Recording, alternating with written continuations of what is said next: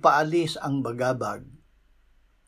Patatawarin ko ang kanilang kasamaan at ang kanilang kasalanan ay hindi ko na aalalahanin pa, sabi ng Panginoon. Jeremias 31:34.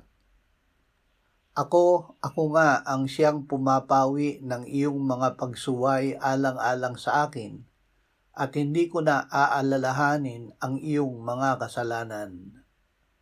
Siya'y muling mahahabag sa atin, kanyang tatapakan ang ating kasamaan, kanyang ihahagis ang lahat nating kasalanan sa mga kalaliman ng dagat. Ama, salamat na kapag ipinapahayag namin sa iyo ang aming kasalanan, kami ay iyong pinatatawad at nililinis sa lahat ng kalikuan. Panatilihin mo kami sa iyong liwanag at sa pakikisama sa iyo, at patuloy na linisin ng dugo ni Jesus na iyong anak. Amen. Sa